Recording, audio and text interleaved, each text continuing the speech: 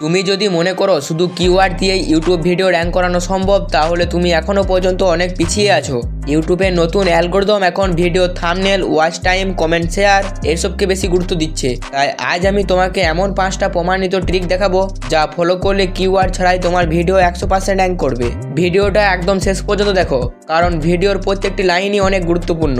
YouTube এখন শুধু ভিডিওর কন্টেন্ট নয়, ক্লিক থ্রু রেট বিশ্লেষণ করে ভিডিও র্যাঙ্ক করছে। যদি দর্শক ভিডিও দেখে স্ক্রল করে চলে যায়, তাহলে ইউটিউব সেটাকে কম গুরুত্ব দেবে। তাই আকর্ষণীয় থাম্বনেল বানানো সবচেয়ে জরুরি।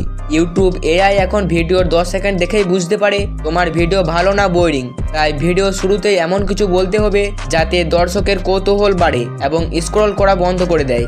শর্টস কন্টেন্ট এখন ইউটিউব অ্যালগরিদমে বিশাল প্রভাব ফেলেছে।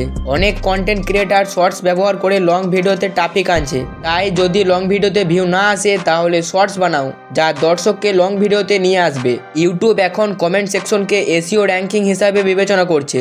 তাই ভিডিওর কমেন্টে ভিডিও রিলেটেড কিওয়ার্ড লিখে রিপ্লাই দিলে ইউটিউব সেটাকে পজিটিভ সিগন্যাল হিসাবে বেছে নেবে। একটা ভিডিও দেখা শেষ হলে দর্শক যদি তোমার আরেকটা ভিডিওতে ক্লিক করে, তাহলে ইউটিউব তোমার চ্যানেলকে বেশি প্রমোট করা শুরু করবে। তাই ভিডিও শেষে অবশ্যই এন্ড স্ক্রিন ব্যবহার করুন। এক্সাম্পল, ইউটিউব টাইটেল থাম্বনেল কিভাবে কাজ করে আপনার ভিডিওকে ভাইরাল করাতে, এটা জানতে হলে আমার এই ভিডিওতে ক্লিক করুন। এই কৌশলগুলো ফলো করলে তুমি 100% ইউটিউবে র্যাঙ্ক করতে পারবে।